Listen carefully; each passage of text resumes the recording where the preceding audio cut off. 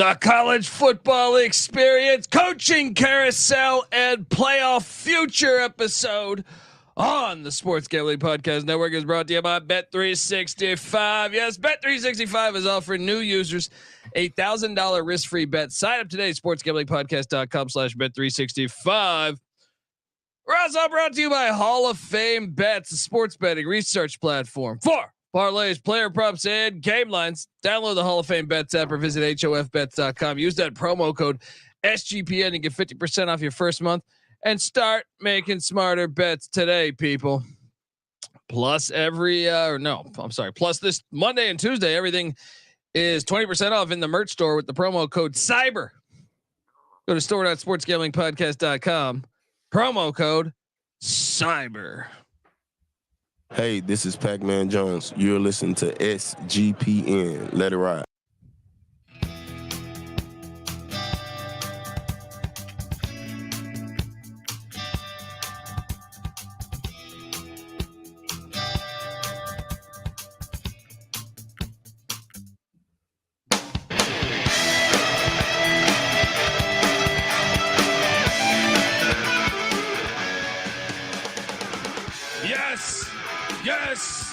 Yes. Welcome to the college football experience, coaching carousel, and new look playoffs episode. I'm excited to talk about all what's going the news around this time of year for college football. Always going batshit crazy. Texas A&M almost hired every coach in all the land, but I mean, there's talk. We're gonna get to it all. There's just a lot of speculation on really everything. I feel like every coach has been mentioned for every job. Players transferring left and right. We got the playoff situation on the line, and we're gonna talk about all of it. If you're wondering who the hell you're listening to, my name is Colby Swing and Database Dad, aka Pick Dundee. That's not a pick. This is a pick. He was raised in the land down under, where a man thinks on his feet, speaks with his fists, and lives by his wits. When Dundee happened, he was a superstar. And you're nothing but a chameleon, lemon-headed, coward, terrorist pussy. And I'm after you, buddy. You're going to pay for it. Good night. I imagine there'll be a few fan bases screaming that after this weekend about the college football playoff committee. And there's a good chance. Yeah. There's no conflict of interest there. It's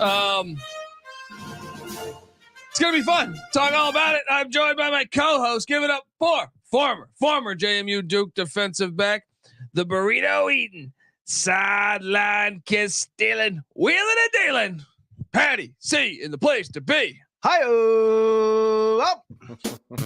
Oh, I saw Ric Flair call out Paul Feinbaum. Oh, it's beautiful. Ric Flair's on our fucking team. Let's go. Is Paul Feinbaum doing it on purpose? It's all those SEC network people just play into it. It's like Peter Burns and shit. I prefer Jerry Burns over Peter Burns. All right. We're also joined by third man in the booth, the DFS god himself. Yes, we're still going to have a DFS episode for Conference Championship Week come Thursday. Give it up for the rooftop IPA drinking, homebrew making, tobacco road living, the free like giving, former Herndon Basketball League MVP. Give it up for NC Nick in the place to be. There we go. What's going on, man?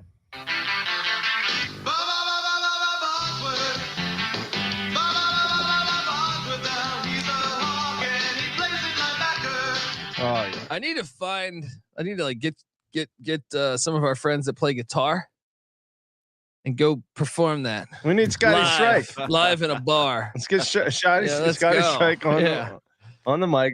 Shout out to Scotty. And shout out to me for the Oakland Golden Grizzlies winning outright against the Xavier Musketeers. Just sealed the deal. Getting it done. Okay. Look, I want to talk playoffs, but I feel like that's got to happen on the next segment because right now we have just chaos everywhere. Spreadsheets are are being created by multiple people. And here we go. Well, first news, actually, fuck that. I'm starting off with the Delaware Blue Hens, baby. Yes. Finally. Seat at the table. Enough of this bullshit.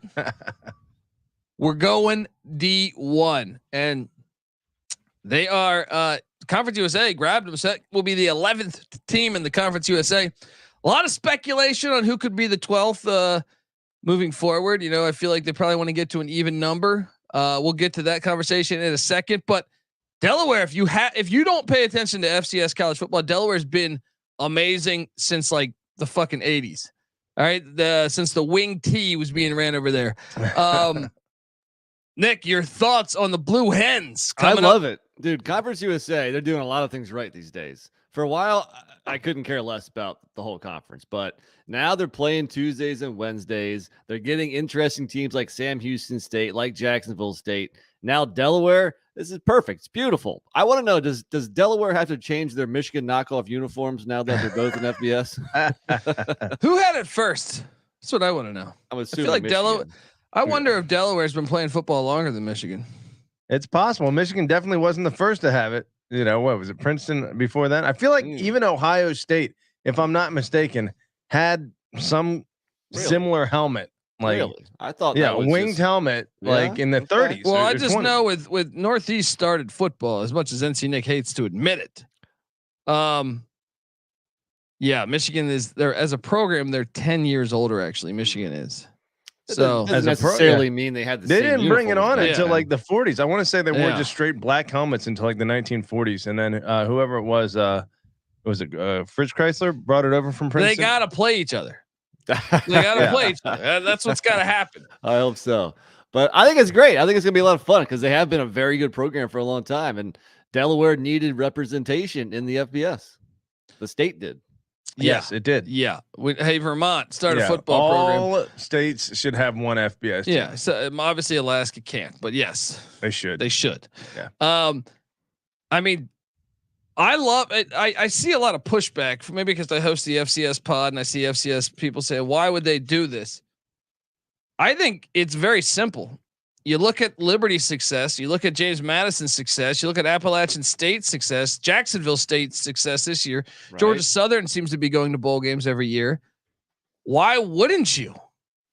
I don't, in my opinion, like the Dakotas and Montanas, this has been like 20 years overdue for them. That's just the hipster FCS fan not wanting to lose one of their programs. I mean, I can understand the fact that they're saying, well, they can't win a championship. Well, with this moving to a 12-team playoff. Yeah.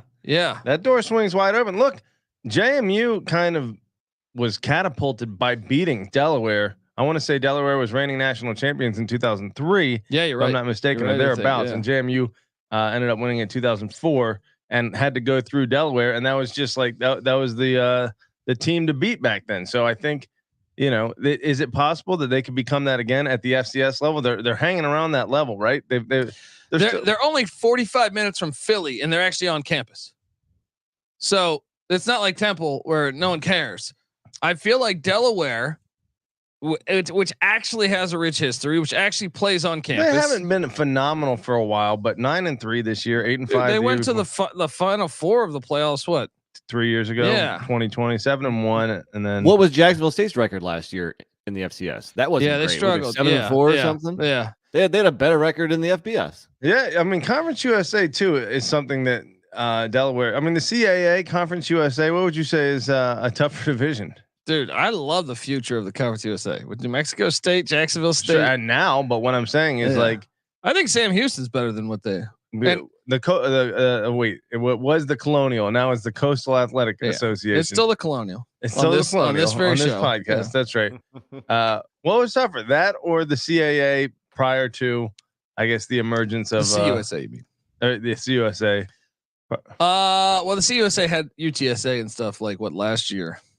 I don't know. I think the CUSA was probably slightly better, but I get your point. You had JMU in that, Villanova, William & Mary, Richmond. Yeah, they've been playing against really tough good competition. Schools. Yeah, you know they're ready for it. Yeah, there is no big jump to me. They'll come in, hit. In my opinion, they'll come in and be fine from the start. Like I expect them to be a bowl team probably year one. I haven't seen the schedule, but I'm saying I think it's great news. Yeah, so who do you think should be the 12th team? Who else? Well, that's what's fun. Well, I'm hearing, Eastern Kentucky is trying to. That would create the Eastern Kentucky, Western Kentucky matchup, which would be fun. Yeah. Tarleton State has made it known that they're spending big time money to try to get, and that'd be a rival for Sam Houston. Then I think you could throw out a slew after that. How about Western Carolina? That'd be fun.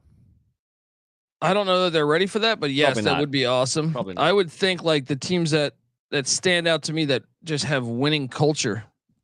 I mean, first off, look no further than Villanova. They're rivals with Delaware. Yeah, they've been really good for a long time. Does geography matter at all in the CUSA? I feel like most of the teams are kind of in the South now. Yeah, Delaware, I think, will be the furthest north team, depending on Western Kentucky. Unless they add UConn or UMass. What if they add UConn and UMass? I would like that too. But either way, no. I mean, I would also think that New Hampshire could be one that could do it. They've been good for a long time. Youngstown State. Yeah. You know what I mean? Like that'd some of those. Fun. I think Youngstown State should jump up. I like that. They should have jumped up a long time ago too, man. They could be chippy. Yeah. What's the difference between Southern Youngstown Illinois? State and most MAC schools? Nothing. I mean, Youngstown State's probably might be better than a lot of them. Yeah. Maine, but Maine sucked the past 2 years. But that's a good point. So about Youngstown State, they belong in the MAC though. They don't belong in CUSA. The MAC should expand right now. And if CSA is smart, you go in and grab Youngstown because that's part of Ohio recruiting. I know, but like me personally, I prefer them to be in the MAC. Yeah. I agree. MAC you want to be expand. playing regional rivals. If MAC wants to do the Big Ten and add 47 teams, then Youngstown, Southern Illinois, Northern Iowa fit perfectly. Oh, beautiful. Even Duquesne, get Duquesne in there. Pittsburgh, Xavier. Yeah, Xavier too. Let's go. Xavier needs to start their football program back up. But anyway, exciting news. I think it's exciting news. Anyway, speaking of the Conference USA, Rick Stockstill fired at Middle Tennessee after 18 years. Patty C, should they build him a statue? Is he their winningest coach of all time? Be. Presumably. Or Johnny Red Floyd. Possibly. 2 wins over 500 on the career. But that deserves a statue at Middle Tennessee, I feel like. He only won over 8 games once, and that was back in 2011. Look, I like him. I think he's a solid football coach, but maybe it was time for a change. I think I'm okay with them getting like 18 years. You want some new life. I think if you're Middle Tennessee, you're watching JMU and you're watching App State that came up and they've been FBS for a long time. Right. And they're saying, why can't that be us? UCF was in the fucking MAC. Careful what you wish for. Look, I, as a growing up UVA fan, I appreciated George Welsh. He was the king of 7 and 8 win seasons, and he's the best UVA's ever done. See, but here's the thing. Middle Tennessee is right next to Nashville. They don't care about Vanderbilt. They could have that city. Now, I know there are going to be Tennessee fans throughout the state. Can they really? To me, they could be a buzz about the city. You go to Nashville, people are drinking anyway. I still think it's there. I don't know if people go to Nashville. They're like, oh, let's go 45 minutes to Murfreesboro. Is it 45? Why did I feel it was like 20? I just threw that out there. I don't know. I can look that up if you want, but no, my point is though, to me, like they could be just better. Like they could be more excitement around the program. Agreed. And to me, looking and seeing Liberty and JMU and UCF, who used to be in the MAC, and they used to be up on that. CUSA used to be regarded better than the MAC, and they're just sitting there like, what the fuck? And Tennessee's a growing state. I just think there's more potential there than ever. It's a huge state, like geographically too. Like Memphis is a pretty far away from Nashville. Yeah. 33.6 miles, 38-minute drive, not too far. So here's my point. It's like, why couldn't that be? You see, I don't know. You could take many states, but like, you see, I don't know. Let's look at Florida. You see, Florida Florida State, Miami, you'd say, oh, there's no room for a fourth school. Look at UCF now. Why can't that be Middle Tennessee if they invest heavy in football? They have a big enrollment. Yeah. They're in a talent-rich area. They're not far from Atlanta. They're not far from Birmingham, Nashville, Memphis, Knoxville, you name it. They're like right smack dab in between all that. So for sure, they should be better. And their enrollment is like, I feel like 20,000 people. I know I've been to that campus. And shout out to Kai Holstein in the chat. It says, I rode Colby's lock of Michigan last week. That was me and Patty C's. Won a little lock battle against that NC Nick bastard. Look at that shiner NC Nick got. Huh? There you go. Why did he really get that, huh? Hey, all I gotta say is you should see the other guy. Okay, that's what I'm saying. Hey, look, there's a big rivalry game Saturday night on Tobacco Road, and maybe the sports bars got a little rowdy, during that game. What was that bar you were going to in Myrtle Beach for a little bit there? Well, there's a couple of them. I mean, Bang Suck Blow is one of them. Yeah, I think you might have had a little.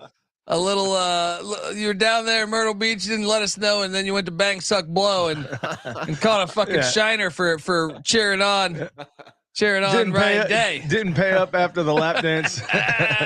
If that's the worst thing you catch at Bang Suck Blow, it's a pretty successful evening. That's right, folks. YouTube.com/The College Experience. Let's go. Yeah, so we got that. So who do you think? I mean, I think the first call is Gary Patterson. You want your country music, you sing it.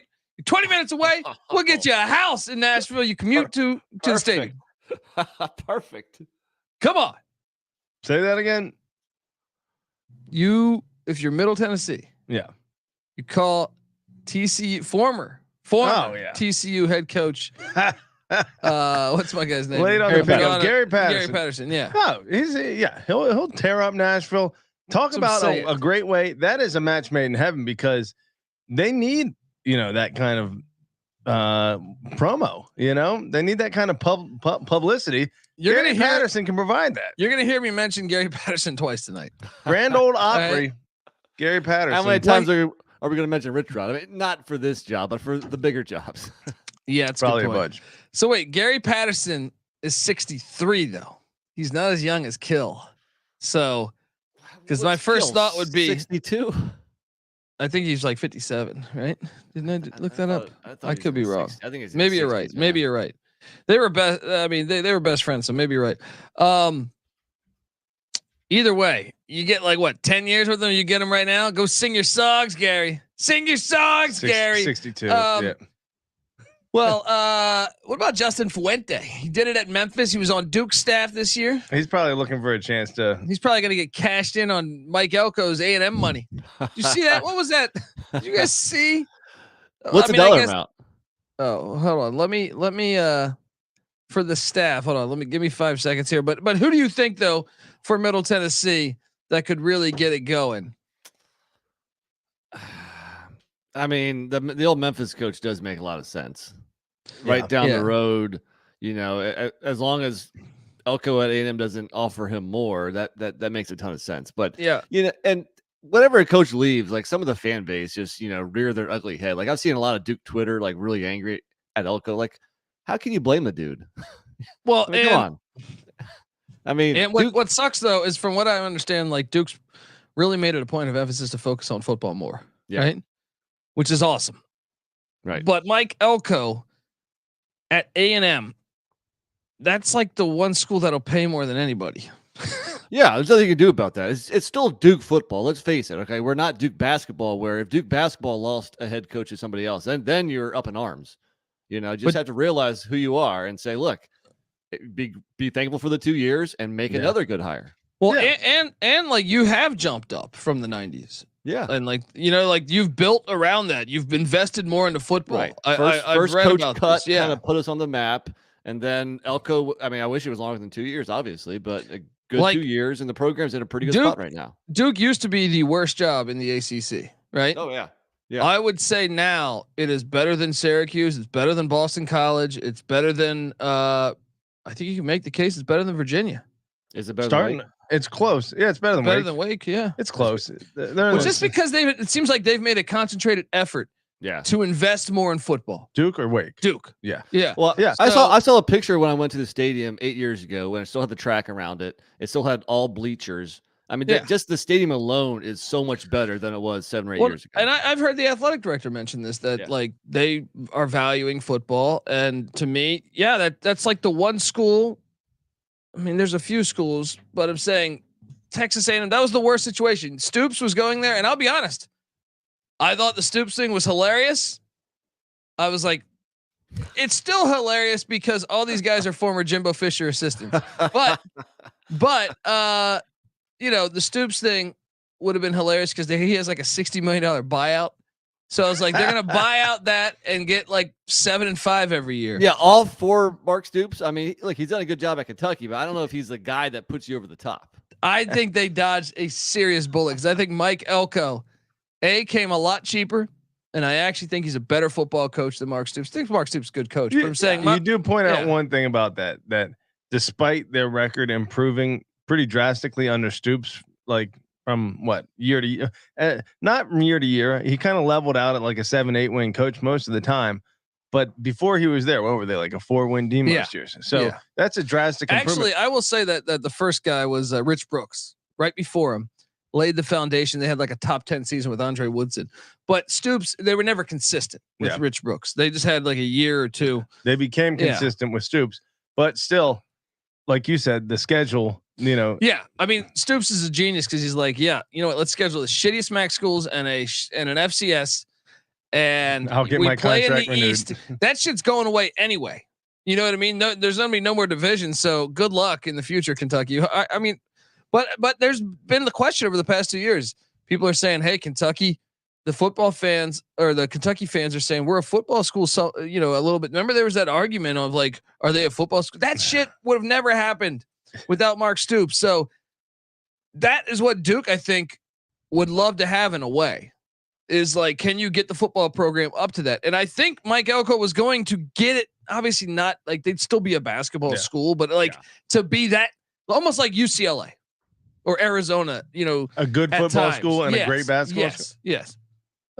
Yeah, that can still happen, and it has to be done at a program level. I look, I'm going to toot JMU's horn right off the bat here, but we go top 25 in basketball, top 25 in football. We just go through like coaches, you know, and if your program's in a great place and you're investing into it, then it doesn't really matter who your coach is. Or maybe we've just been lucky and gotten a bunch of good coaches in a row, but Everett Withers didn't really do anything afterward. Mike Houston is struggling, although I say he had some decent success at ECU so far.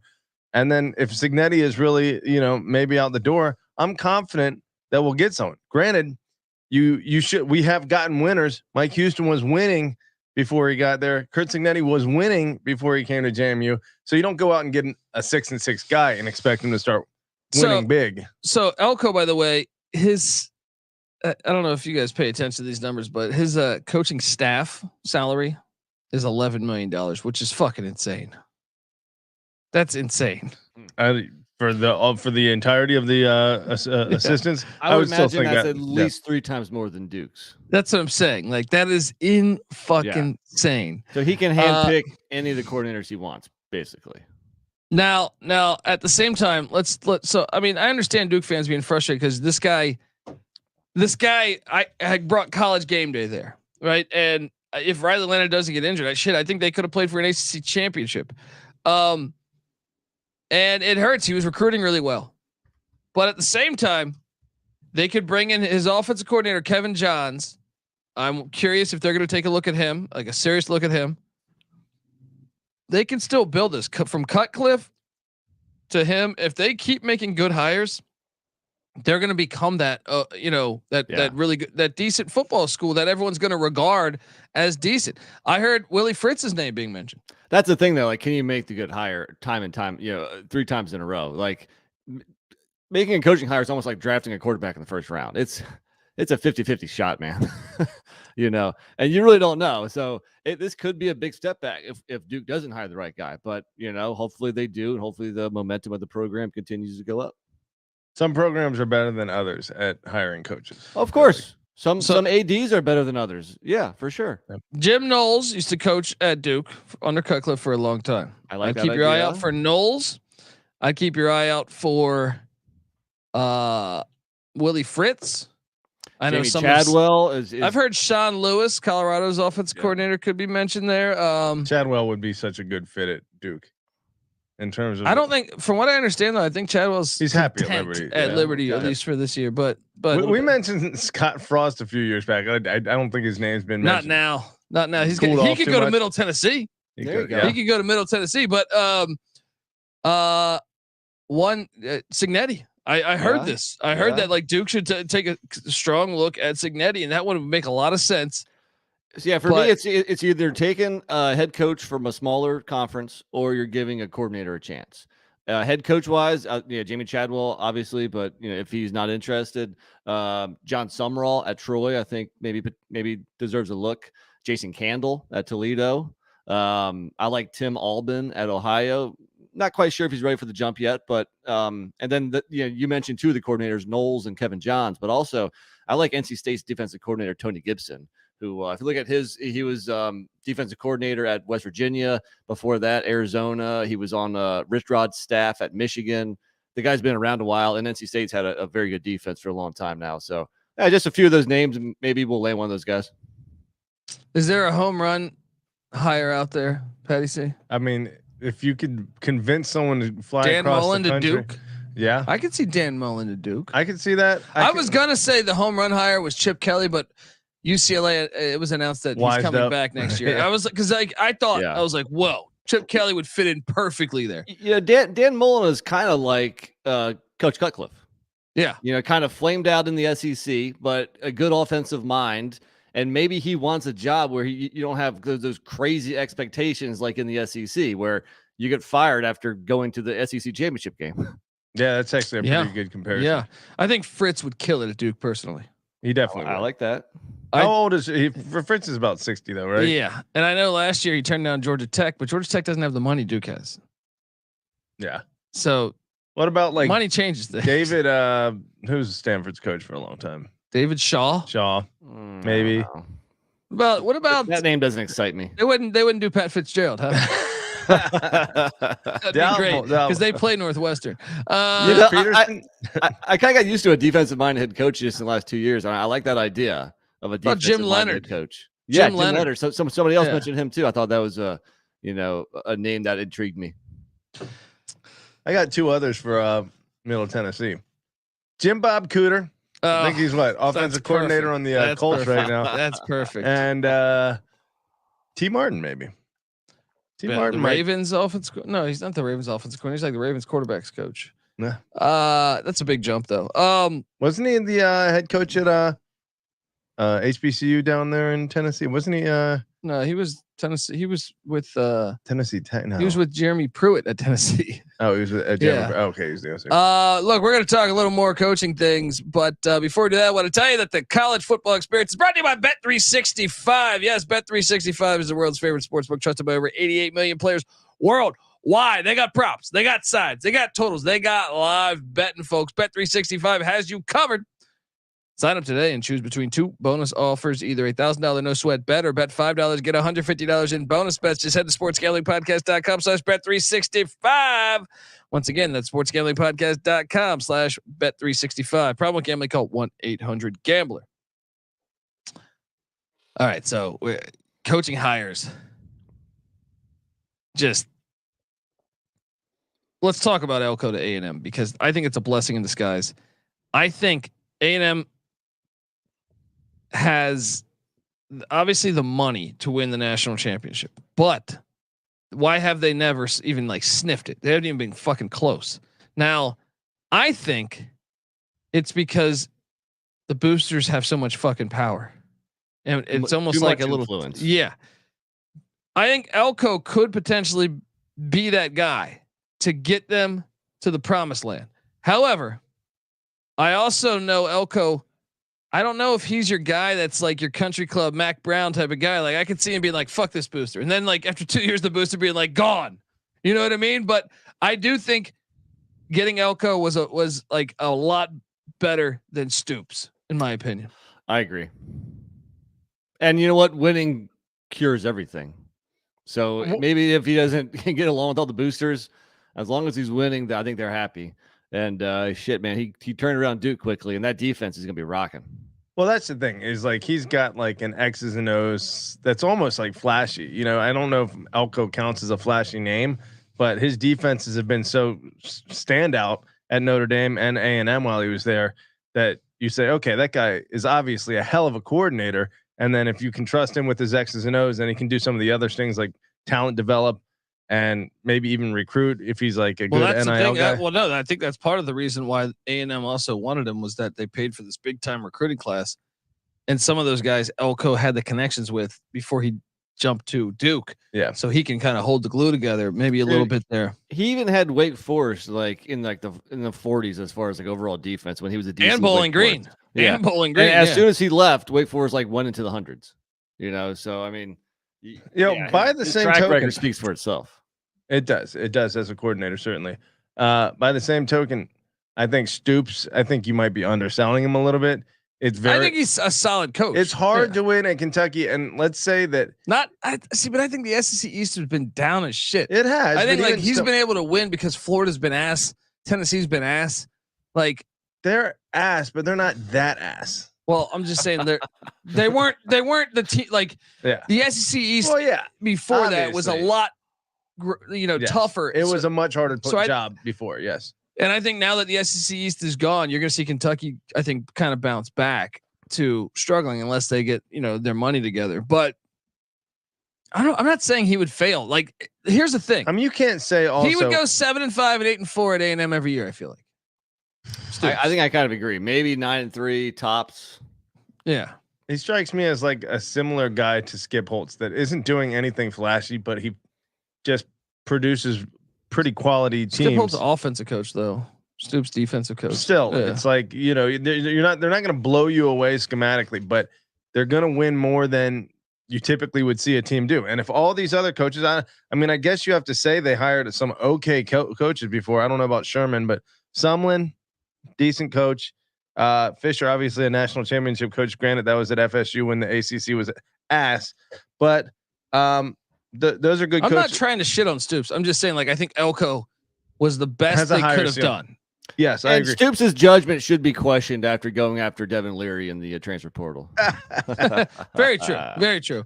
By the way, both the last two coaches finished in the top 5 for A&M, so it's not like they've been miles and miles and miles away from national championship contention all the time. Although that was only twice in the past, like, I guess, long time. But they haven't sniffed anything, like not even the big bowl games. Yeah. You know what I mean? Yeah. So most years they're wildly disappointing. I'll agree to that.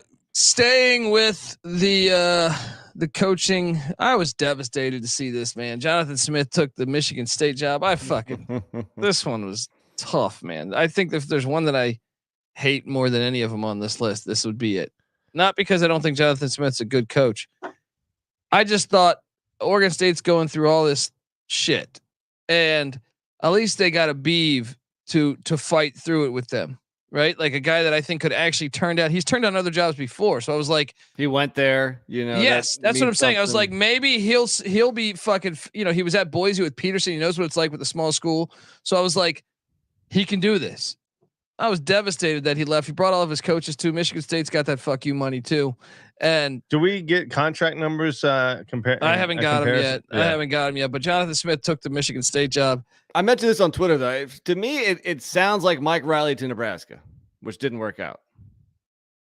I see the comparison just going to the Midwest, but I actually think Jonathan Smith with that Peterson, I think Smith might have been a big reason for a lot of that Peterson success. You saw when he left that final year or two without Smith with Peterson. Yeah. They weren't as good. And I mean, I'll say this though. I just think with going to these gigantic conferences, what's the best you can do? I know they're ready to spend money, but I just feel like we have this conversation before. They're going to be like 10th or 9th in the new Big Ten. Now he gets rich. Cool. I was a little surprised he took the job, but kind of came money's out of money. Yeah. Money's money. You know what I mean? And look, Blanton's talking about it too. Yeah. I mean, they were devastated. They were fucking devastated. They didn't think that is a sinking ship, whether we want to admit it or not. And as sad as it is to admit that, but that ship is going down hard right now. I mean, you want coach in the Mountain West or the Big Ten? Yeah, maybe that's what it came down to. I'm not ready to go there all the way yet with that, Patty C. Because look, I think right now they're keeping the Pac-2, right?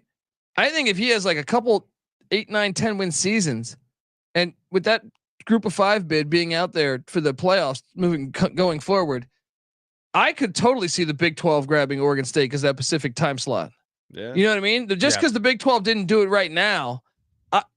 Yeah, theoretically right now sinking ship, but I also think like if Jonathan Smith had that program going, which he does, let's be honest, they're going to be they would be the going into next year, they would be the top Group of 5. DJU back, most of that team back, Martinez is back. They would be, and you have a playoff berth. They just went 8-4 in the best conference in the country this year, so, and all their losses were. I mean, the short of the Civil War, the other 2 losses were by 3 points. It was So. Yeah, I would say they're probably better than the likes of Liberty this year. I don't know. Liberty's pretty good, but I would fuck up Liberty. On a neutral site, I think Oregon State beats Liberty. Look, Liberty's done a great job, but I don't know if they're ready for that. I agree.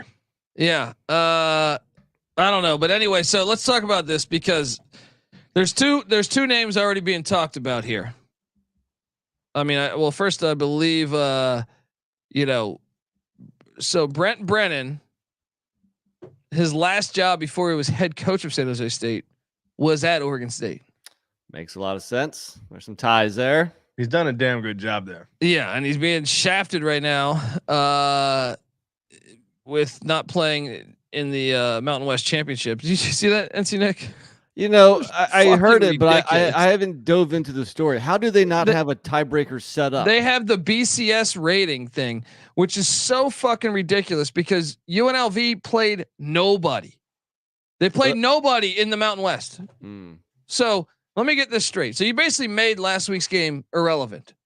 San Jose State goes to UNLV, dominates them. That final score is misleading. UNLV scored 14 in like the final 5 minutes to dress that up. UNLV over them. Never was dude. And UNLV has a loss to Fresno, who San Jose State beat too. I mean, the best. I actually think right now San Jose State's the best team in the Mountain West. I feel like they would beat any team. They wanted a bigger market team, and what? So why? Yeah. Well, I think I don't know if it was them being crooked. I think the pollsters are probably just lazy. I'm guessing that the the formula that they're using is BCS related, which would take into account polls, right? And so if the polls think, hey, 9-3 UNLV is better than 7-5 San Jose State, then they're going to get. Was this the rule before the season started? If so, then it is what it is. It's not. Yeah, I think so. But I would argue this all day because their strength of schedule is by far the best. They played their non-con was Oregon State, USC, Toledo. They're all really good. Yeah. UNLV's non-con's like UTEP and Bryant. Well, the thing is, Michigan. It's not. Yeah, it's not a real 3-way tie where you need even to go Boise's. To tiebreakers like this to determine who the champion is. The first tiebreaker should always be head-to-head if possible. And they have that. They have that, and they just. At their stadium, a huge ass whooping. I think this was all politics. I think they want the game in Vegas in that filthy dome. And they want the bigger markets. So now there's back-to-back games in that dome, right? Because the Pac-12 will be there Friday night. So anyway, back to Oregon State though. Business is good in Vegas. If you're Oregon State, NC Nick, you got Brent Brennan. There's talk UNLV offensive coordinator Brennan Marion, who interviewed at San Diego State. Mendenhall, obviously former safety for Oregon State. That's the home run. Got his coaching, start at Oregon State too. If he wants back in, say no more. He's the guy. What's hilarious because Boise State had just interviewed Bronco Mendenhall, but now his alma mater opens up. You got to wonder if he comes home. Wow, Boise did interview Mendenhall? Boise just interviewed Mendenhall. I kind of like to see Bronco be the coach of the Broncos. That would be fun. Let's be honest. They can get OJ Simpson. That'd be great. That's right. White Bronco. Get White Bronco instead of White Lightning. White Bronco. OJ Simpson coaching the Boise State Broncos. I mean, I don't know. I feel like that is going to be interesting to watch. moving forward, Oregon State, because I still think, and here's something that's interesting too. I mean, you're seeing the portal already start to go crazy, but but players that have transferred once, if they're not graduates, they're going to have to sit out. So DJU has to make that decision. Do I transfer and sit out a year? Right. So this is a brand new element to this because they've kind of cracked down on this. The NCAA has.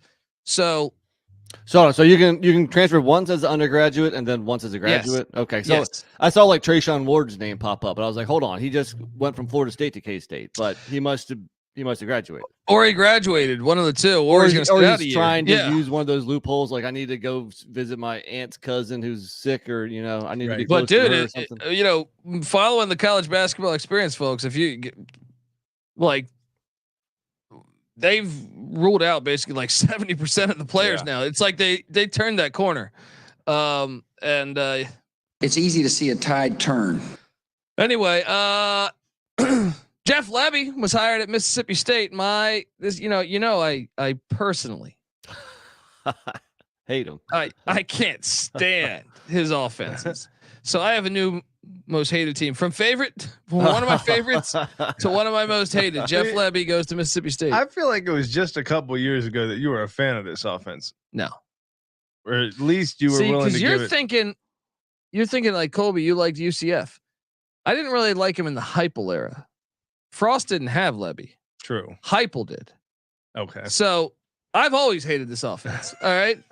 And whether it was at Matt Corral at Ole Miss, what do you guys make of this hire? I think, and I know he caught flack for having Art Briles at practice at an OU practice this year, but I don't know.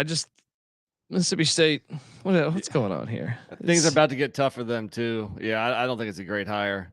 I think you guys are foolish. Maybe I'm wrong. Do you see what when does offense ever get you anything? A lot of the time, I feel like. Really? Yeah. I mean, Brian Kelly's an offensive coach. You shit on him every week. He's taking it a lot of teams to like 10 wins, and it's getting above that. But here's my thing: Lincoln Riley is the gimmick out the bag because a lot of teams are doing it now. Ole Miss runs it. Tennessee runs it. Maybe a couple teams will have it diagnosed, but Oklahoma will probably. Well, those two teams are doing pretty good recently, so maybe they. maybe it's a good thing to run it.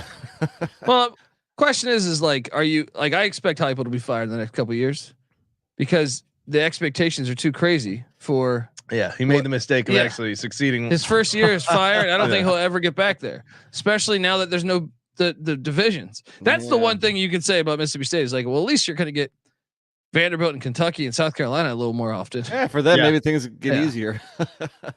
Well, I mean, maybe not because Texas and A&M in there, but maybe. But either way, I still think they could have done better. It's a gimmick ass offense. It'll win you 6 games. I disagree. What is the ceiling that program has? That program ceiling was Dan Mullen and.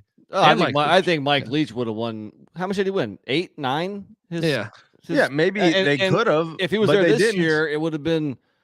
Yeah, that was the team he was looking forward to. Was this one? But I just thought there was better coaches out there to get. I would have rather had Willie Fritz than Jeff Levy. He's right there. You know what I mean? One is young, one's getting old. Okay, but who cares? Like, I guess Mississippi State probably can't plan on holding on to a coach for more than 5 years if he's succeeding, because the likes of a Tennessee or an Alabama or someone's got Florida. Why Fritz might make more sense. Leach wasn't that old. I mean, Leach was like 59 when he got that job. Yeah. So coaches can go into their 70s. If you get a decade, I mean, you're that's good what to I'm go. saying. Fritz, I think, is right around there. True. That's true. Could have got Fritz. You could have got some other names out there that I think would be better. But I mean, I'm not going to say he's going to truly fail. It just screams to me like Cliff Kingsbury at Texas Tech. It's a little more proven than that. Really? Kingsbury was A&M's offense coordinator when they had a top 5 finish. I mean, look, that offense throwing the ball around like that is one thing, but I feel like that's even more gimmicky than Levy's offense. No. You disagree? I completely disagree with that. I mean, who knows? The whole offense seems to be built off the no huddle element and the speed and the pace. but it works. You know, I think it's going to get you 8-9 wins. And never, not in the new SEC. He'll never reach 8 or 9 wins. You don't think so? Not with. I think you're probably looking at 6-6, 7-5. Dude, yeah, maybe 8. Maybe best case scenario 8 wins. Yeah. Well, what is Lane Kiffin doing offensively now that after Levy gone? Did he change it up a ton? Would you say he ran the ball with Judkins more? It seemed like without Levy. I don't know if they're ever going to get to a double-digit win season again. But they also spend more. They're NIL collective. Yeah. What I'm saying that, but they also get Vandy every year from the other side. Ole Miss, you know what I mean? Is richer than Mississippi State. Yeah, for sure. I heard something like Mississippi State basically has the worst NIL collective in the whole entire SEC. So it's like it's a harder job to win. I believe it. Yeah. 8 wins though. I feel like that's doable. Moving forward though, dude, they're adding Oklahoma and Texas. It's going to be tough. Now they don't. I mean, well, for Ole Miss, like you don't get Vandy every year. Well, what do you think Willie Fritz would do in that with Ole Miss and Texas, or in Oklahoma and Texas and Alabama and LSU? I just think he's a better football coach. Offense and defensively, they'll be sound. Probably. Still not flashy. Well, flashy doesn't win, buddy. Well, flashy attracts players, and players win. We'll see, buddy. I think he'll be unemployed in 4 years. Might be right. Okay. Other coaching thing. Dana Holgorsen out at Houston. Kind of surprised. They're mentioning Willie Fritz over there. From what I'd Google, you Google Houston. It sends fires Holgorsen. First names I see are Gary Patterson, Willie Fritz. What do you guys make of that job? That is the one that's sneaky to me because hey, I mean you're right there in Houston. Talk about a talent-rich area. I mean now that they're Power 5 too, I don't know what their NIL collective is, but yeah, it's a sleeping giant for sure. I mean, how much stock do you put Trailer? No, Trailer's being mentioned too, but I know UTSA is trying to keep him now after he struck out too early. I think Kenny's too early. Yeah, just 1 year. But man, I mean, you want to talk about one that could be. I mean, is there a job? Is there a job in the Big 12? There it is. That is in a better talent area. Maybe UCF. TCU. Dallas is probably about as good as Houston, but similar. Houston might be better. I think Houston's a little bit better. I think Houston is probably right. But I don't know. That's interesting to see there. Holgorsen, who knows? Dude, if you're New Mexico, who fired Danny Gonzalez, wouldn't you at least call Dana Holgorsen? Why not? I know Mac was talking about this. Moneyline Mac was saying Oregon State should call Holgorsen. I was like, it's not a horrible option. Talk about a culture change. I think ECU should call Dana Holgorsen. I agree. I mean, ECU's not going to fire Houston for some stupid reason. He would be a great fit at ECU. He would fit in there, wouldn't he? He'd be perfect. Yes. But or Dino Babers in New Mexico. I think Dino Babers it might even be a New Mexico grad if memory serves me correct. So that's one to watch there. But I mean, Holgorsen out, Houston. Syracuse, Dan Mullen said he will not be taking the Syracuse job. Tweeted that out. Ouch. This is another one for Duke though. Bob Chesney, the head coach of Holy Cross. Oh, that's a good one. Oh. Does Duke? I know it's a private school. Is it particularly religious? No. Elko came from the Ivy Leagues. Yeah, I feel like Patriot League, Ivy League. If they want to follow that formula, I feel like very different culturally. Ivy League and Patriot League. I'm guessing the Patriot League. I don't know if that's so. Chesney could end up at Syracuse, but I was like, man, Duke should look at him. Man, Duke should really look at him. He's fucking good. I was talking to a Syracuse fan Saturday night, and he mentioned Mullen, who obviously is not going to happen. But he also mentioned Doug Marrone. He's hearing back again. Yeah. And when he said that, I was like, really? I was like, what is Marrone doing since he got fired from the Jags? That one is shocking to me. Doug Marrone back to Syracuse. If that happens, shit. Did you hear? And did you hear Gruden is trying to get into college football? Oh yeah, Indiana? Indiana fired Tom Allen. By the way, paid him $20 to get the fuck out the door, or $20 million to get the fuck out the door. Yeah, $20. Really gas money. In his pockets, right? Gas money might get you to Chicago.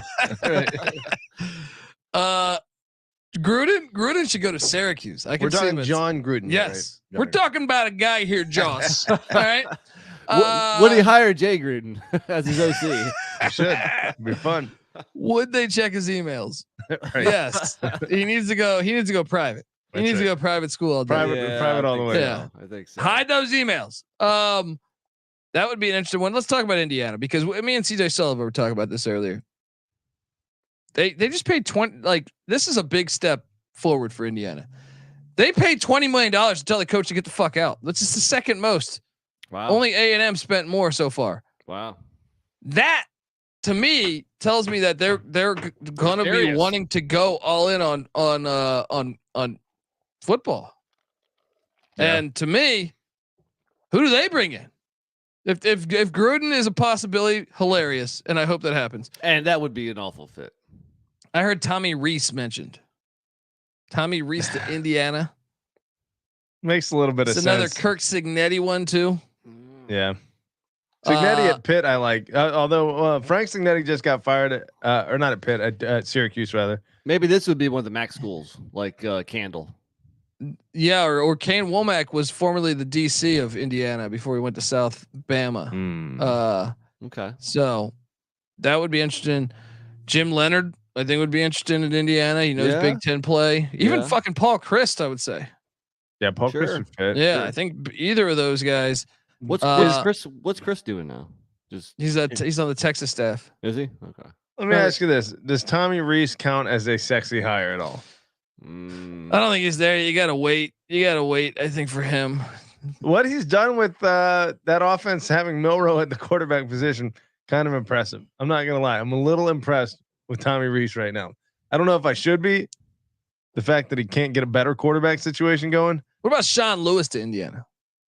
Makes a lot of sense. Played at Wisconsin. Did Dion just lower his stock though? Maybe. Okay, so that was some of the coaching hires. There's more. Terry Bowden. I was shocked by this because I thought, really, yeah, it's ULM.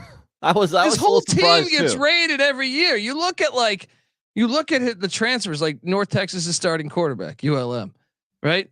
TCU's best corner, ULM. Right. One of ULM's D linemen got taken by Auburn. It's like you go one by one and you're like, he's doing a decent job. And he also mentioned that they had a shit ton of injuries on top of all the players that he lost in the portal this year. I thought he deserved a fourth year. Yeah, I definitely thought he deserved a fourth year. Monroe, Louisiana, probably not the best, most attractive place in the world. That's what I'm saying. Like, yeah, who are you gonna get that's a better football coach than him? You know who they should hire? Seth Luttrell. Yeah, he got fired from North Texas going to the fucking championship game. Right? Yeah, I think he would take it too. Skip Holtz. What about Skip Holtz? No one mentioned Skip Holtz out there. That's it. I mean, he's got a job. USFL. Yeah, going from USFL to ULM is actually a step down, I would say. But he's familiar. He used to live in Ruston. Did he? He was La Tex. No, La Tex, Ruston. Well, how far is Monroe from Ruston? I don't know. Dude, why doesn't ECU just bring him back home? Because ECU is not fired Mike Houston because he wants to have photographs. Oh, that's right. I forgot. You know what I mean? No, but ULM, I was surprised by that news. Also, obviously Brady Hoke's out at San Diego State. Dana Dimel's out at UTEP. Let's talk about those. They got rid of him. I didn't hear that yet. Was that gone? Yeah. Gone. We saw that coming. They need to call Nick Rolovich. That's the perfect spot for him.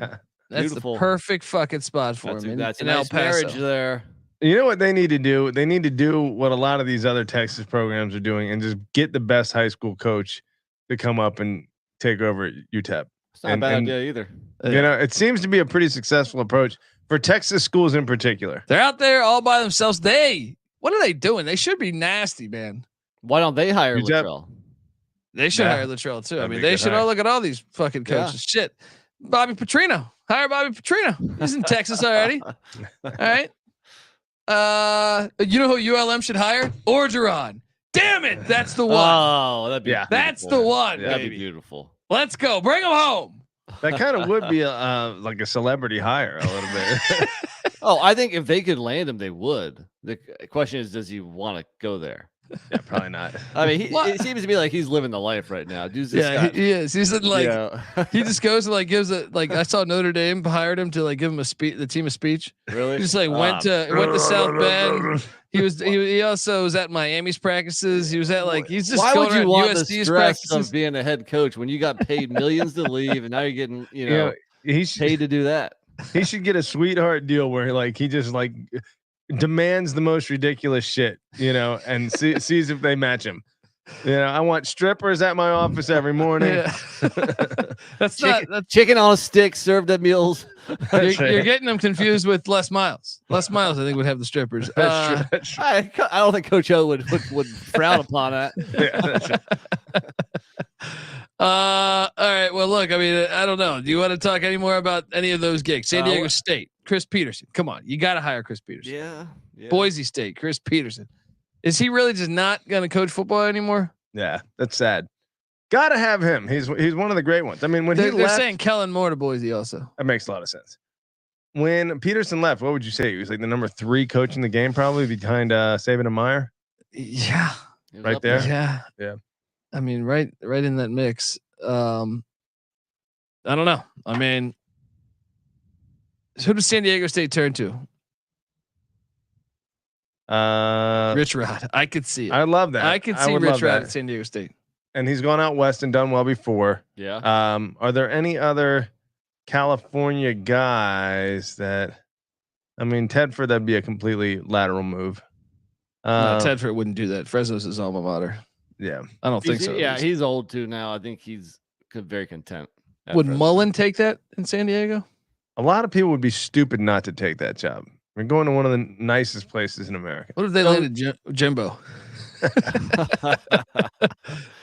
Probably a bad hire. It's true. That is true. I don't know. I mean, I feel like that one, John. What about John? What if they go for John Gruden? I could see him in San Diego. That is a bad hire. John Gruden is not going to work out being a college coach these days. It's not.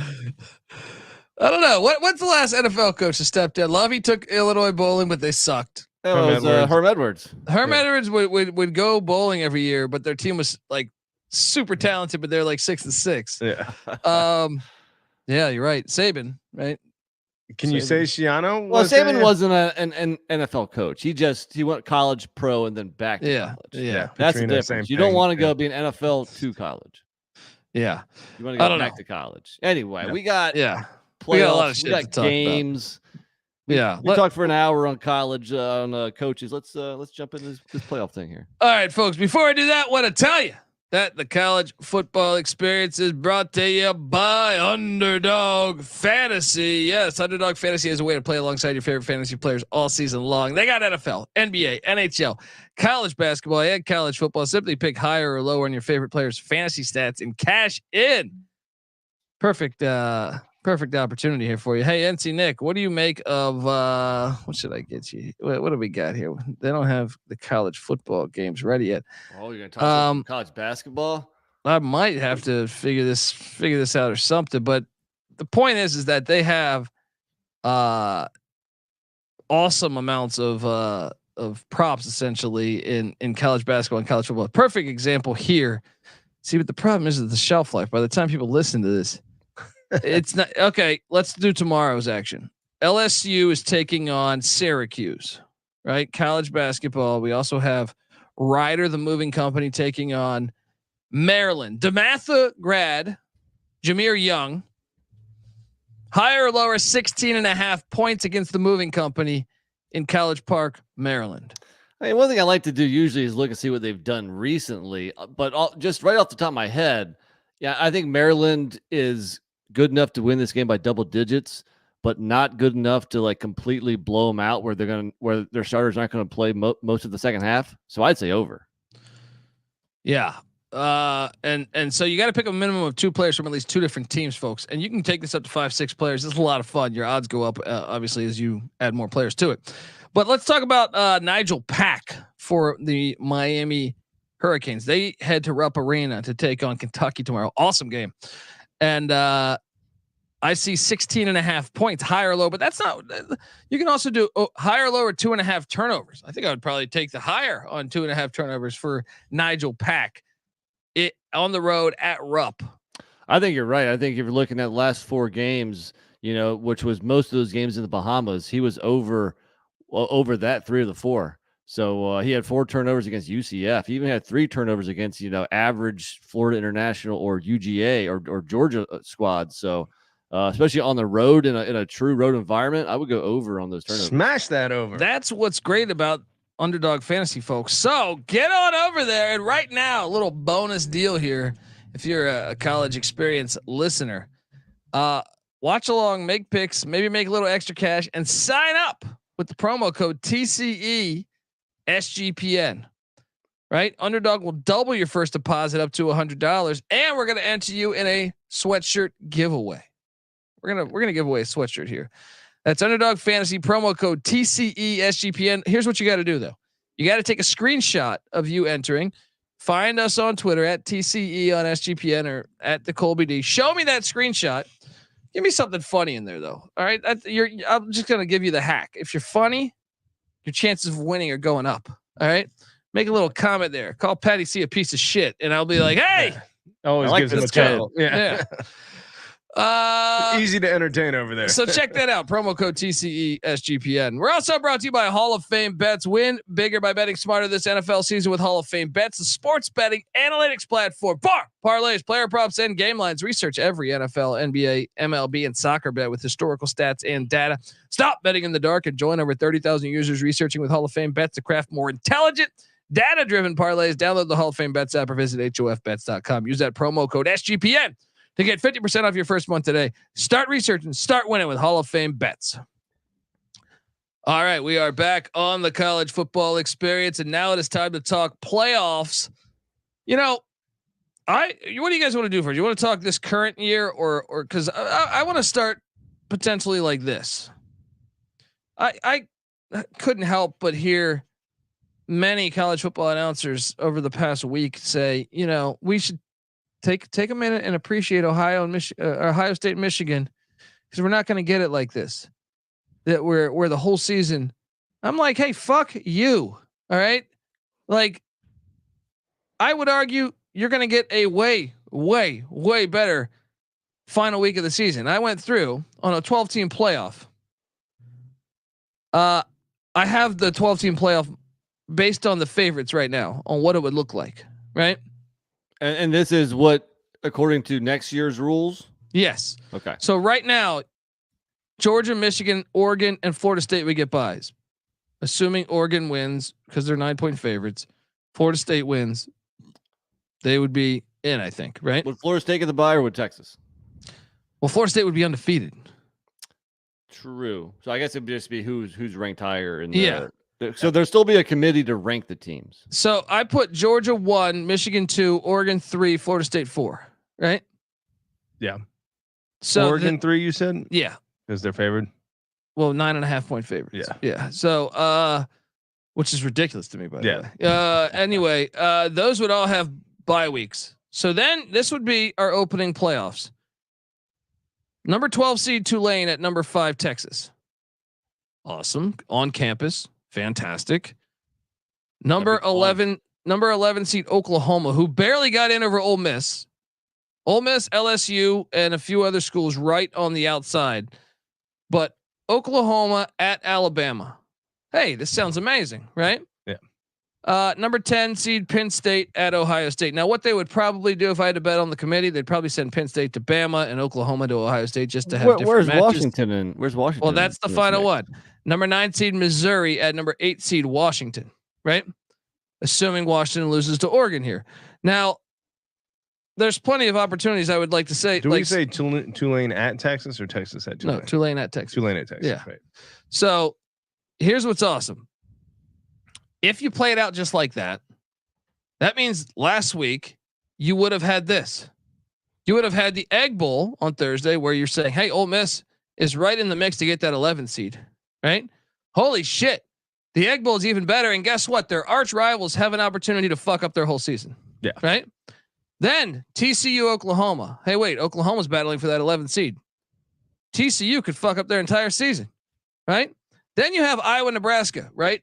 Iowa still can get in if they were to win the Big Ten championship, right? If they beat, because that's an auto bid. Yeah. So Iowa, Nebraska, even though they had already solidified the Big Ten. Well, that game becomes, especially one that came down to the end like that. Exactly. It becomes super interesting. UTSA Tulane, it was interesting already, but it's super interesting because you have a playoff bid potentially on the line here. Texas Tech, Texas. I know that was a blowout, but I'm saying if Texas Tech would have beaten Texas, then Texas might have been kicked out of the playoffs. So all of a sudden that becomes must watch. Penn State, Michigan State. Guess what? Penn State got in at the number 10 spot, right? Oh, if you lose in East Lansing or Detroit, wherever the fuck they play these games now, that all of a sudden becomes a playoff game. Oregon State, Oregon, the Civil War. Oh my gosh. Could you imagine if Oregon would have lost to Oregon State? That would have been their second loss, and who knows where they have fallen to. Missouri, Arkansas. Missouri ended up with a 9 seed. You lose at Arkansas, your rival. You are out of the playoffs, right? And that's just Friday. You jump over to Saturday, Ohio State, Michigan. This is essentially for a bye week. This is for a bye week. I'd say the stakes are higher. And also, we'll get. What do you mean? Last year, Ohio State made the playoffs and they lost. It's true, and they could do the same thing this year, which we'll get to later. That's true too.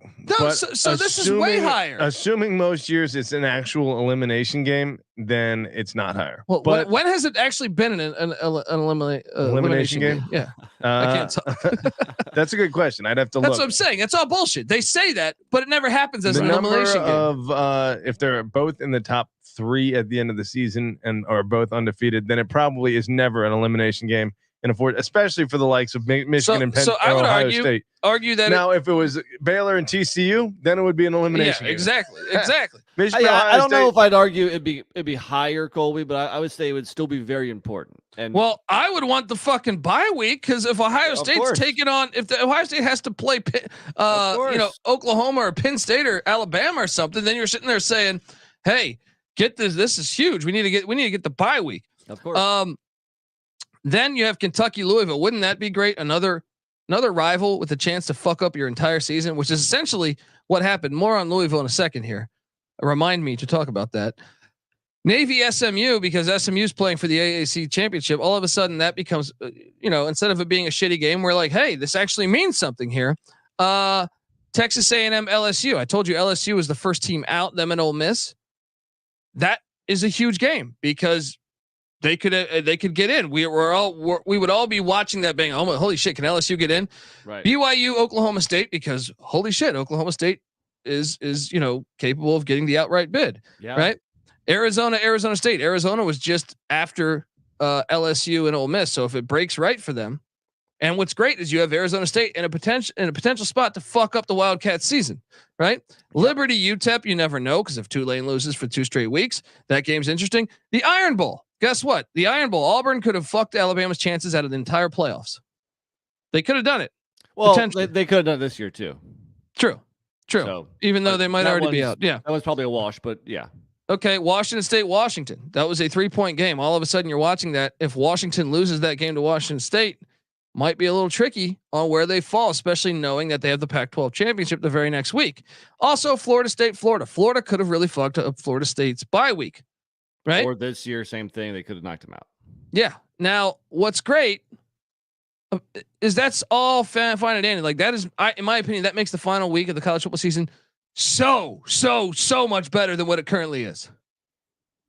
Yeah, it's better. Yes. Now, across the board, and if you are super excited by that one game and you need it to happen in the regular season, then it takes that away. It does. I mean, to an extent. But it doesn't completely take it away. What is it taking away? What game? The Michigan Ohio State? No. Yeah. What do you mean? I was answering his question. I don't agree with it. I agree with Colby more here. I can see their point a little bit, but I'm not buying it. Most of the time you have like Texas, Oklahoma, for instance. That game actually hasn't proven to be an eliminator at all this year. In fact, just the opposite. Even Oklahoma made the playoffs when they lost to Texas under Lincoln Riley. Mm-hmm. They lost the Red River Shootout. They still made the playoffs that year and got blasted by LSU. Okay, yeah. So maybe you're right. Maybe even at the very, very top of it, it doesn't. This is all bullshit that people they say, but it's not true. Yeah, Alabama and LSU got a rematch in a 2-team playoff against each other. Florida State and Florida got a rematch in a 2-team playoff against each other. So yeah, it never has necessarily. I always been try to say this as an answer. It's not. This is a way better system. I think the interesting thing about next year will be, so I think Colby and I agreed that we wanted 10 automatic qualifiers. The conference winner of each conference gets in the 12-team playoff, and you have 2 at-larges. Obviously, that's not going to happen, but I think the question is, what system is better? And so Colby just laid out the first system, which is what's going to happen next year. But here's the other thing. Next year, and I've hit on this on a previous episode, but Louisville actually playing in the ACC championship hurts them. So I had them losing to Florida State, so Florida State got the 4 seed, so Louisville doesn't make the playoffs. If they don't play in the ACC championship, they would have been in the playoffs.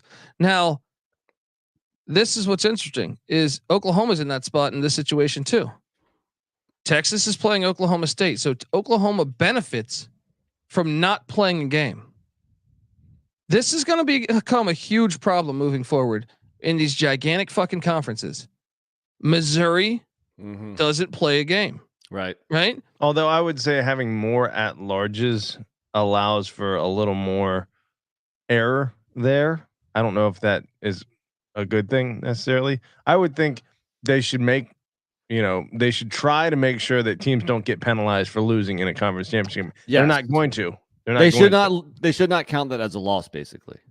But they've already done that. Look at Ohio State last year. Yeah, I know, but they shouldn't. They shouldn't say, "I'm going to take this 1-loss team over this 2-loss team," because the 2-loss team got their second loss in the conference championship game. Right. But they are going to run into a lot of problems, because it's like, I was looking at the SEC scheduling today. Like, certain teams have a murderous schedule. Sure. Like A&M kind of gets a pass next year in Elko's first year, right? So you're sitting there like, they're going to run into this situation all the time where they're going to have to sit there and say, are they really deserving of that? You know what I mean? And I don't think they will. I think you're going to want to be, because knowing college football, they're not going to do that. And you're going to want to be either the 1 seed undefeated team or the 3. I don't think you want the 2 seed. I think you almost. I wonder. I don't know if this is what will ever happen, but would you ever lose on purpose? Well, hold on. You don't want the 2 seed. Why? Because if you are playing, so like, let's say like Oklahoma State, their resume. Well, actually, Oklahoma State this year, that would not work because of the South Alabama loss. But my point is Oklahoma. Let's say Kansas State would have got in. Say they beat Iowa State and they got in. Okay. You would have rather gotten the 3rd seed than the 2, because you have to play Texas. Texas will be a heavy favorite. Oklahoma doesn't have to play Texas. They're safely in. If they go play, they lose, they're out of the top 12. But if you lose on purpose, then you lose also, so you're out too. So that you're not going to lose on purpose, because then you're going to have that other loss. Yeah, I guess you're right. No, I was thinking like, no, that wouldn't work out. The great thing unless you're undefeated.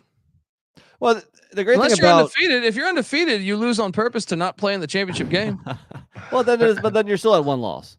So what's the difference? Yeah. So hold on. So we looked at it the way it's going to be next year. Should we look at it also the way if every conference got in? Because I was a proponent of that, but the games you just spout out there, that sounded pretty impressive.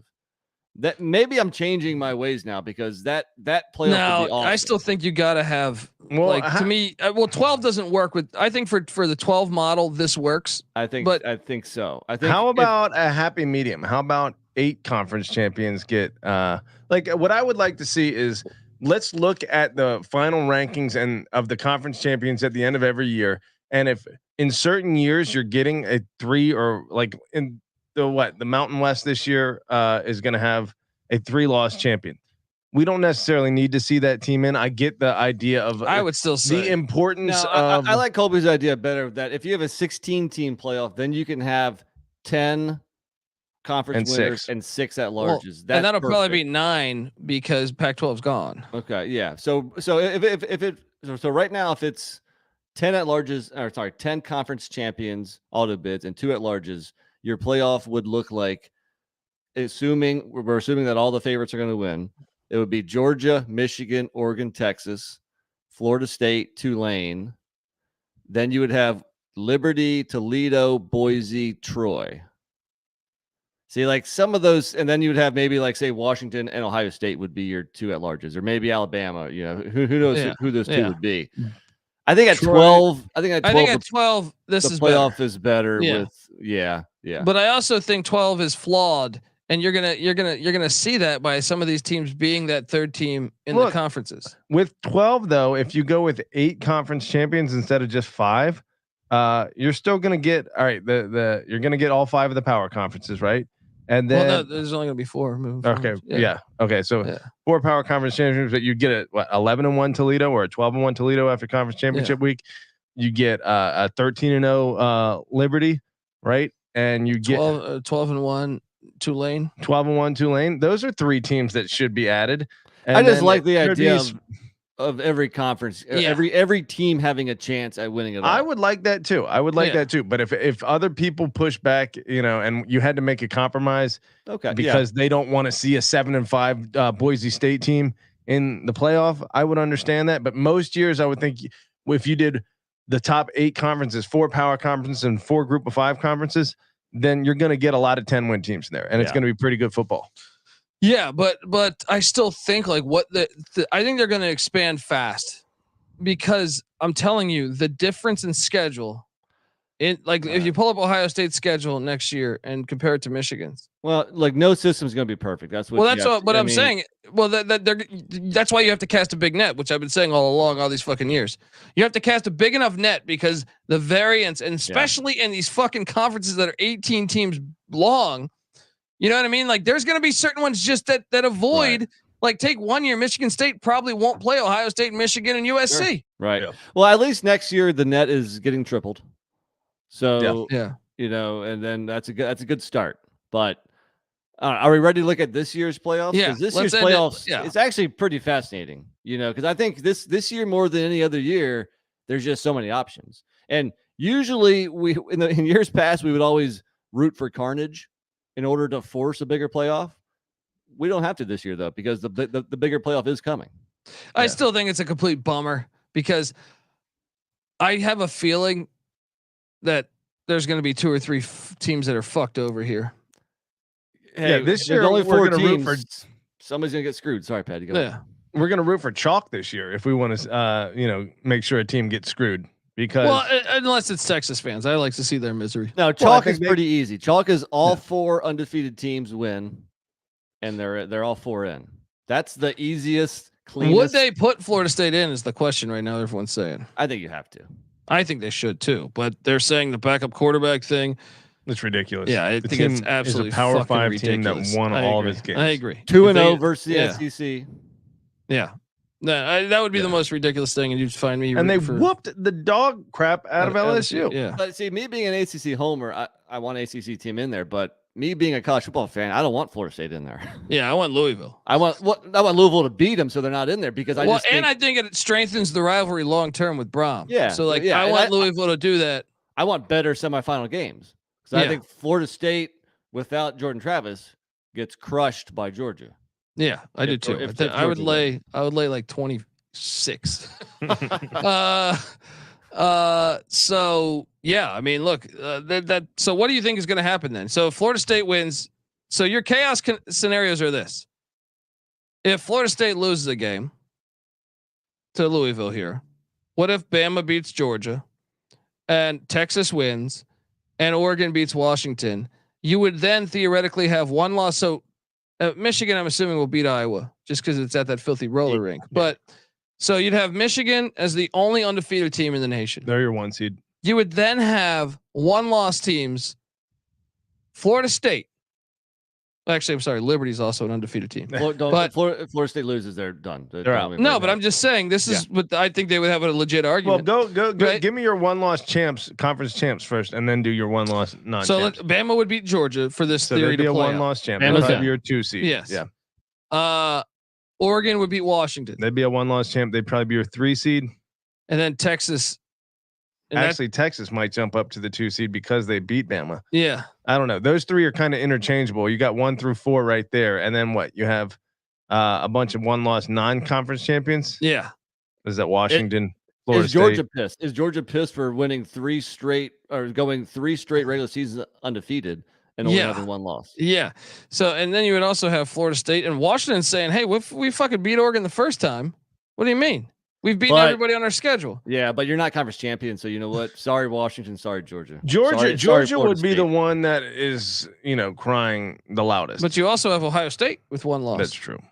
Yeah, Georgia, and, you'd be out. Tulane at that point could say, "Hey, we got one loss. So we lost our only game with a backup quarterback." It sounds crazy for Ohio State, but we were kind of talking about this a little bit.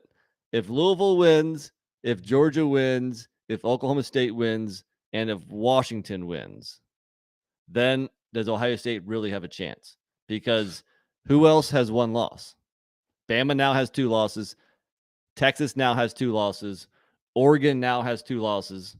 Do they choose a 2-loss team? They need to, because you're playing the extra game. This is why I argued USC deserved to be in over Ohio State last year. Yes, maybe Ohio State beats them on the field. I don't care about theoretically. Right. They took the extra game against a top 10 team.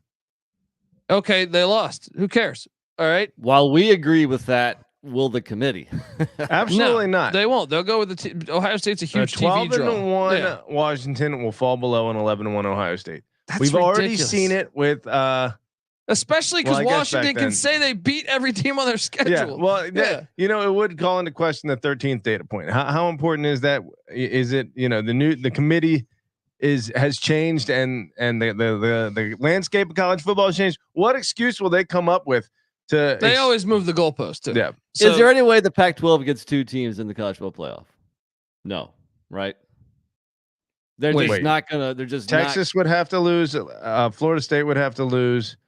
And Bama lose, right? Bama would have to lose. So then you'd have Georgia and Michigan, and then 2 1-loss. And I think you had Oregon and Washington. You want Oregon to beat Washington, right? Yeah, they both have to have 1 losses. And then we would have to see the committee not put Ohio State ahead of Washington. What's the committee going to do though? Are they really going to have 2 Pac-12 teams? I think they're deserving, but I just wonder what the committee would do. The problem is with Ohio State and Michigan, they really played nobody all fucking season. Yeah. Like I was going through this and I was like, Ohio State.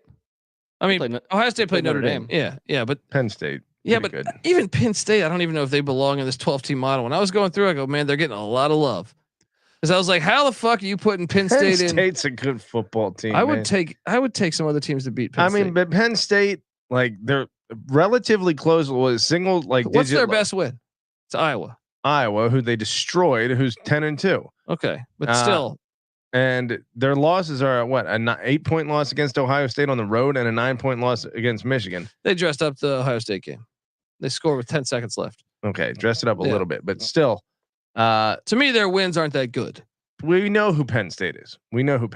They're a team that can't beat the really good teams, but can beat everyone else. Yep. So I don't need to see that team, this year. Wait, what are we arguing for though? Well, no, I was just saying Penn State. When I was going through the 12 team, I was like, I don't even know if they're deserving. Yeah, for Ohio State's resume, they've really. I mean, I actually think the Notre Dame win's more impressive than the Penn State win. Let me ask you this question, guys: can Alabama win and still not get in? No way. They're in. SEC champ is in no matter what. Florida State, Michigan, Texas, Washington. What if Washington 3 undefeated teams and Texas who beat Bama? Really not that big of a stretch. Wait, Washington wins and goes 13-0, right? Yeah. Michigan Texas wins is 12-1. Michigan is going to be undefeated. Florida State undefeated. That could happen. That could easily happen. They'd put Bama in over Florida State. Watch. They would. I think they would. I think this is why this year is so crazy, because there's so many different scenarios that aren't that outlandish. We haven't even brought up Liberty. Florida State, Florida State needs to rout Louisville. They need to rout Louisville to put this conversation to rest. Right. Maybe we probably covered a lot of this, but maybe we should just go basically team by team and say what needs to happen for them to get in. You want to do that? Wait, Georgia win, Michigan win. Well, but what if Georgia loses? Can they still get in? Yes, I almost think they'll need the right. They need Oklahoma State to beat Texas. Yes. I would say yes, and Louisville. Yeah, those two. because nobody's they're not even in the playoffs mentioning now. Iowa, but because they probably don't have a chance. But What if that's Iowa another wins? wrench. Can we talk about that? That would be another huge. Well, because they probably deserve to be 11-1. That would come back because that punt on that ridiculous call. They're not getting it. They're not getting If they win, you don't think there's any way they get? You have to put the Big Ten champ in, right? No. They, You don't put That's a the two-loss. most powerful conference moving forward. You're telling me they You have don't a put a $1 billion two-loss Iowa TV in. contract starting next year? You're not going to put the Big Ten champ in? You don't put a two-loss Pretty good team in, point. and you can't go back and say they should have won that game if it wasn't for a bad whistle. It's a loss. It's in the loss column. True. But moving forward, that's the best part about an auto bid from these conferences. Yes. You win. It you're really in. makes Well, the conference championship game awesome. Well, it's another round of playoffs. It's like that many Yeah. more playoff teams being added on. Yeah. I don't know. It's gonna be fascinating to watch. Noah says 12-1 Louisville. Louisville's already lost twice. Yeah, they lost to Kentucky, buddy. While you were hammered in Ann Arbor, watching Big Blue come through. Can Michigan lose and get in? I would say no. They I need think help. they could, but They they need help. hate them right now. They hate them right now. So Well, no. NCAA is different than the College Football Playoff Committee. that's true. They're gonna be like, wait, Michigan draws a huge number. We got to get them in. Well, that would be hilarious because Michigan would have the tiebreaker on Ohio State. That would be the funniest. That would be the Ohio State absolute was- funniest is if Iowa wins that game, and then you have Michigan and Ohio State bitching at who deserves to be in. They will still have Michigan above Ohio State. Garen, what is Ohio State or what is Iowa ranked right now? I mean, they're definitely ranked. I just don't. They hate on them though. They hate just like the rest of the world. They hate on Iowa. That should be 11-1. Iowa is currently ranked. They're number even ranked? 18. Yeah, 18. They're not jumping into the playoff. They're not jumping. So Michigan is safe. They Michigan, have Notre Dame above Iowa. Get the fuck out of here. yeah, it's silly. Michigan could get in as a 4 seed with the loss pretty easily. I think if Texas loses, if Florida State loses, then Michigan's in a great position to get in as a 4 seed. Noah's asking if the Pac-12 can get 2 teams in. We kind of already covered that. We think that yes. Go ahead. Could we have it where a Pac-12 team doesn't get in? Yes, if Oregon wins and you have a 1-loss. Bama, Pac-12 1-loss champion. Georgia. That would be crazy because I think the Pac-12 is the best conference this year. But the committee will be looking to screw the Pac-12. I'm telling you. Yeah, there's no clapback they're going to get from it. You know, if there's a time to screw the Pac-12, if there ever was one, Dude, now this is going to happen in the final year of the Pac-12. So that would be Texas, Michigan, Florida State, and Georgia. Watch because that happen. they The would final, love the to have- final they year would- of the It would Pac-12. definitely take Yeah. Texas over a 1-loss Oregon. That's going to happen. they dude. just That's going to justify happen. they justify every team leaving the Pac-12 if that happens. It's like, yeah, we had a 12-1 or a 13 or not. No, but they'd they have to won't have a honor that they're the best conference this year because they're gone. Right. Of course. Yeah. If there ever was a time That's to so do it. Pac-12. Yeah. Honestly, so usually this past week is better than this coming week football-wise because, there's not neutral site games. There's the great rivalries, and it's still better this year too. But for some reason this year, like all these potential scenarios, there's more than usual. So I find this coming week very fascinating. I would like to go back to the previous 8 or 9, however many years it's been since the start of the college football playoff. I think 8, and see if there was ever a weekend where one of the teams wasn't pretty much guaranteed a spot. It's probably happened a couple times. Since someone has to do it, I got to throw the flag on the field and disagree because we used to have a proper country, and Oregon, Washington's in Vegas at that filthy dome, right? Yeah. Miami, Toledo is at that filthy dome. Boise State, UNLV is at that filthy dome. Georgia, Alabama's at that filthy dome.